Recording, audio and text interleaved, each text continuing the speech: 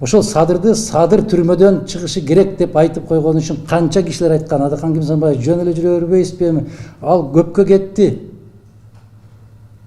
Эми эмне кыласыз президенттерге каршы чыгып деген кишилер азыр ошо садырды ороп жүрөт. Эмнеге президенттерди сындайсыз деп менен айтышып, баатыр болгон кишилер азыр садырды курчап жүрүшөт. Угуп атам, кандай суроолоруңар?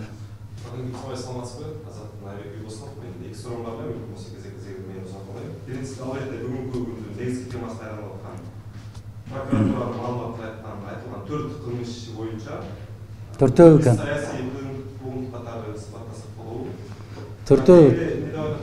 Төртөө экен. Азыр кандай деп келтирсе ошончо келтире берет. Алардын укугу бар. Себеп Кыргызстанда конституция иштебейт деп качандан бери айтып келет. Убактысын карап отуруп, же бир кандайдыр бир маселе болуп калар да чыгат да ушундай.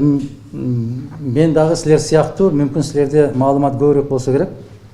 Силер сыяктуу мен да залда отурганда бүгүн уктум, мындай дейт да, 36-берени деп айтып атабы. Адамдын атайлап кылмыш жасаганга каражаттарды же куралдарды издөөсү дейт, же ылайыкташуусу. Атаң көрү. Ушул өлкөдө 30 жыл деп айткандан бери ушу менден артык конституцияны бузбагыла, конституциянын алкагында жашагыла деп кыйкырган менчелик киши болбосо керек. Конституциялык сот дагы менчелик ошо конституцияга чакырбаса керек. Мындай, бул беренелерди мындай эле коелу. Анан 278 деп айтты дейт, массалык башаламандыктар дейт. Атаң аман эле болсун. Мындайча айтканда, баарына жараткан бар, жараткандын алдында эч ким жоопкерчиликтен кутула албайт. Мен сурабадымбы жана эмне деген доомат коюп атат? Абаны көп жутуп коюп атамбы? Же суу көп ичип атамбы? Же Бишкектин көчөлөрүндө көбүрөөк жөө басып коюп атамбы? Эмне деген дооматы бар? Деген дооматка мына ушуларды келтиришиптир. Бийликти күч менен басып алуу деп мен канча жолу айтам эле. Эшигиңди ачып койсо дагы сүйрөсөң да кирбейт. Өздөрү айтып атпайбы? Мадумаровго канча сунуш кылдык, такыр болбой атат деп. Анан кантип анан бийликти күч менен басып алуу? Чакырса барбаган жерге мен күч колдонуп барам. Бийликтен аша чабуу деп 338, менде кайсы бийлик бар экенин силер айтып берсеңер, мен ошону менен колдонойм. Жана саясий деп айтканга болобу дегениңизге, бул 100%дан 100 эсе көбүрөөк саясий. Бул жерде тек гана саясат. Саясат дагы бир жолу саясат. Ошол. Экинчи суроода озотулай. Буга чейин ушул 1 жылдай болуп калды. Анда дагы башка прокуратура ушундай аракет көрүп, анда жоопкерчилик депутаттар уруксат берген эмес. Анда бери убакыт өттү, көп нерсе алмашты. Бул жолгусунда кандай сценарий менен кетиш мүмкүн? Билбейм, алардын оюнда эмне бар экенин билбейсиң. Кандай даярдыктарды көрүштү, канчалык сыр сактай алышты, канчалык кишилер менен сүйлөшө алышты, макулдаша алышты. Бирок кандай чечим кабыл болот, аны айтыш кыйын. Укамбазга сенчу. Мен укамбазга он үчүн акча таппай атабыз. Эшикте чуркап жүрсүнчү бул дагы. Ассаламу алейкум, урматтуу кыргыз элим, мен Кубанычбек кызы Кымбат. Мындан алдында сиздерден жардам сурап кайрылган элем. Уулум Мухаммад 5 жашта, азыр баса албайт. Ошо жол кырсыгынан улам ушундай абалга түшүп калган. Мындан алдын 3 жол операция болгон башында. Азыркы учурда башында аппарат менен жашап жатат. Сиздерден суранарым, ушу баламдын операциясына жардам берип кетиңиздерди өтүнөм. Берген жардамыңыздарды алып атабыз. Аллах разы болсун баарыңыздардан. Көптү көрсө көл болот дейт. Ушу балам басып кетүүсүнө себепкер болуңуздар. Балам да бутуна туруп, өз алдынча мектепке барып, өз алдынча ойношун каалайм. Мен баламды көрүп жүрөгүм ооруйт. Бизге азыркы учурда $45,000 акча каражаты керектөлүүдө. Бизде андай сумма жоктугунан улам аргасыздан кайрымдуу кыргыз эли менен жардам сурап кайрылып жатам.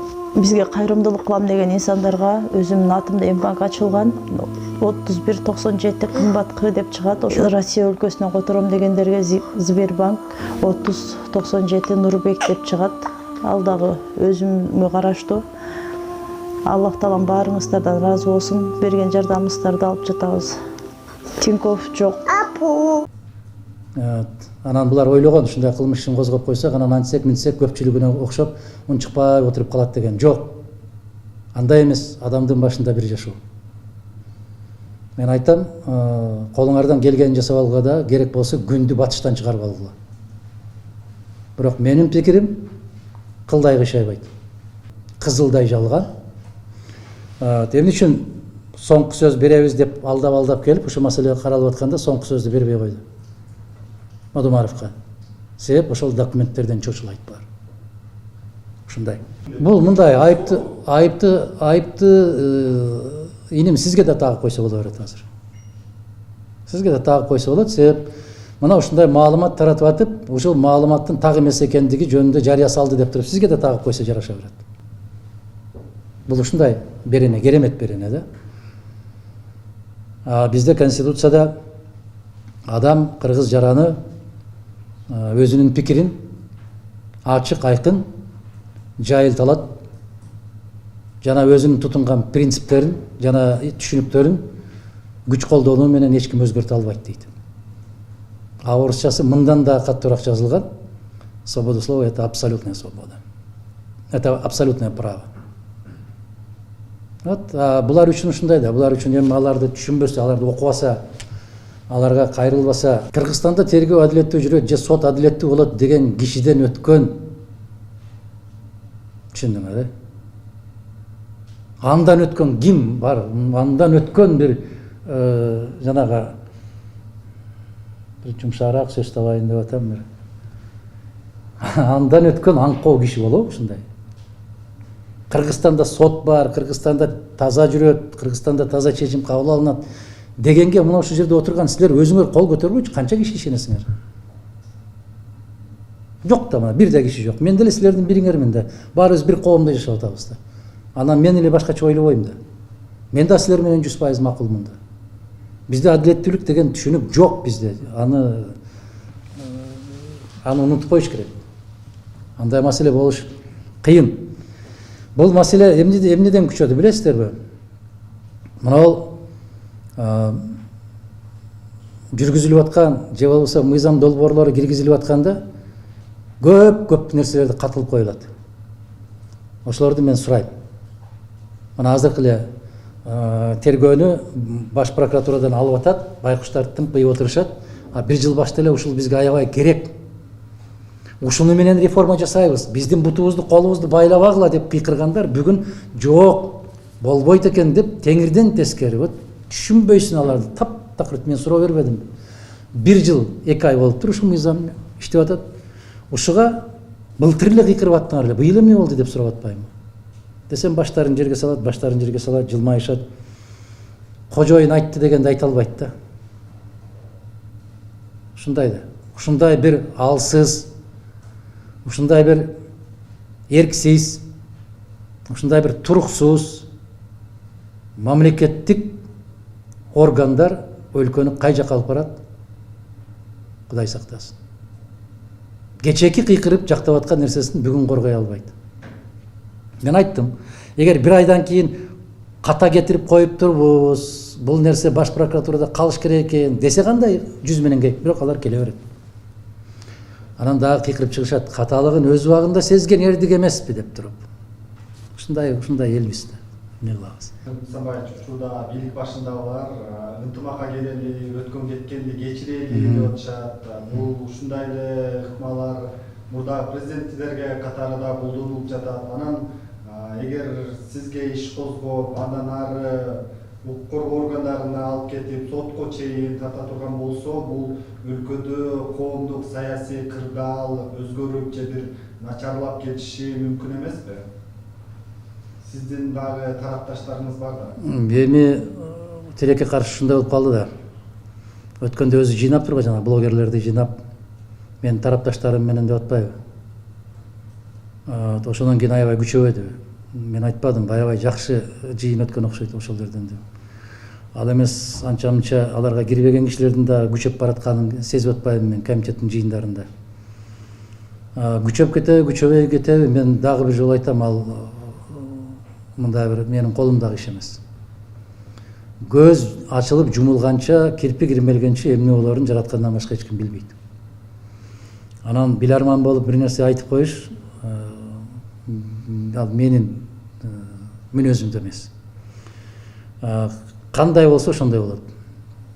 Эл кандай кааласа ошондой болот. Мен айттым, ошо кезге чейин айтып келгенмин.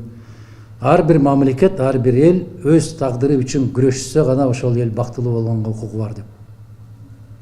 Чындык үчүн күрөшкүсү келеби, күрөшсүн. Жок, мага чындыктын кажети жок дейби, жата берсин. Ошол жактан кандайдыр бир ошондон кийин комментарийлер келдиби? Эмне болгон комментарий? Көп андай сүйлөйбө, көп эметпе деп Кандай кысым көрсөтүп, кандай отношения какие у вас? Мага буйрук бере турган эч кандай алар менен мамилем жок. Мага буйрук бере турган эки киши бар эле, экөө тең каз болуп калган. Мен атам жана апам. Башка киши мага буйрук бере албайт. Андай бол, мындай жаша, тигиндей бол деп эч ким буйрук бере албайт. Мен өзүм, бул менин өмүрүм. Менин көкүрөгүм эркин. Бирөөнүн жетегинде жүрө албайм, жүргүм да келбейт, андай жашоонун мага маңызы жок. Баасы да жок андай жашоонун. Кажети да жок андай жашоонун. Ошондуктан жанагы мындай болсо, андай болсо деп сөзгө чакырылды, болду, андай нерселер мага таасир кылбайт. Жолугушуу болду беле президент? Жок, качан? Вообще негизи сиз менен президент Айтпады өзү. жолугушуу. Айтпады. Эмнелер сүйлөшүлдү ал жакта? Ошону сурап алгачы. Эме ошону сурап кетейин да. Акылбек Түмөнбаев интервью берип айтканда ошол жерде жашнакай эле сүйлөшүп кетет да, кайра сындарын айтып берет. Эми силер айткылачы, сын пикирди мен айтам, айтып келгенмин айта берем. Сын пикир айтканда мен анын костюму туура эмес экен, же ботинкеси кыйшык экен деген сын пикир айтпайм. Мен сын пикир айтсам, конституция боюнча, мыйзам боюнча айтам. Кабыл алынган чечимдер боюнча айтам. Алардын сындаганы менин мүнөзүмдү сындайт. Айырмасы ушунда. Мен мамлекеттик позициядан сын айтам, алар жеке менин мүнөзүмө асылып сындашат. Жеке менин адамдык сапатыма асылышат. Мен алардын адамдык сапатына өзүмөн өзү болсун, барчу жерге барганда жообун берет. Мен алардын кабыл алган чечимине сындайм. Ошол эле Садыр Жапаровдун өзүнө жана үй бүлөсүнө көрсөтүп аткан кордук болуп атканда, ошондо дагы мен пикиримди айтканмын. Ошондогу бийликтегилерге. Түшүнүп атасызбы? Садыр Жапаровду жек көрүп, ал менин күндөшүм эмес. Садыр Жапаровдун атасы каза болгондо, ошол мен барып топурак салып, ошол жерден катышып келген ишиммен. Мени бирөө милдеттүү кыла алган эмес. Ошол жакка барып көрүнүп калсаңыз, жакшы эмес болуп калат деп мени дагы эскерткен бийликтер болгон ошол жерде. Мага баары бир. Менин каалоомун.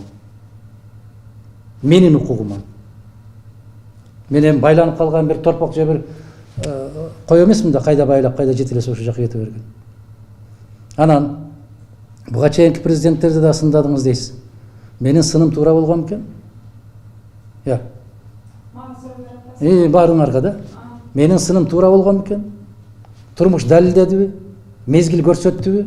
Бир айырмачылыгы бар, бир айырмачылыгы. Ошол Садырды Садыр түрмөдөн чыгышы керек деп айтып койгон үчүн канча кишилер айткан. Адакан Кимсанбаев жөн эле жүрө бербейсизби эми? Ал көпкө кетти.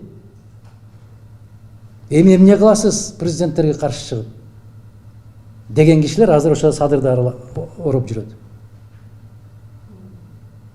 Эмнеге президенттерди сындайсыз деп менен айтышып, баатыр болгон кишилер азыр Садырды курчап жүрүшөт. Кезинде сындайм мен, Аскар Акаевич кетти, Аскар Акаевичке эч кандай бир башка артынан бир моокумум канып тепкилебейм. Бакиев кетти, аркасынан моокум кандырбайм. Атамбаев кетти, Отунбаева кетти. Баары менен күрөшүп келишкен. Кетти, мен унчукпайм. Эртең бүрсүгүнү мүмкүн ушундай мезгил келип калат. Ошол эле Жапаровдарды, ошол эле Ташиевтерди мүмкүн мен айтып калышым мүмкүн. Ой, мыйзамсыз кордоп атасыңар, мыйзамсыз соттоп атасыңар. Андай болбойт деп калышым мүмкүн. Мына парламенттик шайлоо болуп атканда Каракулжага барсам, Жээнбековдер аябай күчтүү аракеттерди жасап, менин сөзүмдү угузбай, ары музыканы коюп, ары концерт коюшуп, аялдарды аябай тойгозуп коюп, ырылдатып сүйлөтүп кеткенде мен айтпадым беле. Эртең бүрсү күнү мүмкүн болушу мүмкүн, мен Жээнбековду коргоп калам. Ошондо могул жердегилердин эч кимге калбайсыңар деп. Ошондон туп-туура 14 күндөн кийин ушул окуя болду. Ушул окуя болду. Жээнбековду коргогон эч ким жок бүгүн. Кайсы жерде мыйзамсыз каралап аткан болсо мен коргоп атам. Себеп адамдын жүзү жарык болуш керек. Мен ушундай принцип менен жашайм. Өз абийириңдин алдында, жараткандын алдында таза бол, калгандар эмне десе ошо десин. Ушундай. Мен айттым го бүгүн. Колдорунан келеби, керек болсо күндү батыштан чыгарышып алсын.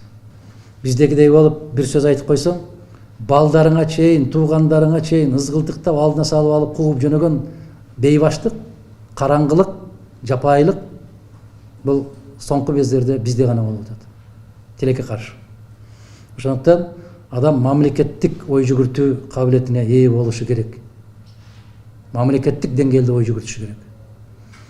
Анан Мадумаровдун оозун жаап койсок, Кыргызстанда бүтүндөй бардык ооз жабылат деп кече мына айтылчу эмес сөз эле айтылып кетти өзү эле дегендей болуп, мына курултай жөнүндө дембедем мыйзамдарды кайра киргизип атпайбы? Анан ошентип кече бир кишинин оозунан чыгып кетиптир го.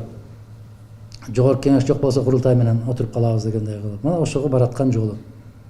Бир кишинин үнү чыкпай калса эле, бир киши жок болуп калса эле, жогорку кеңеш бүт баары бир атанын балдарындай болуп калат деген бир үмүт да буларда.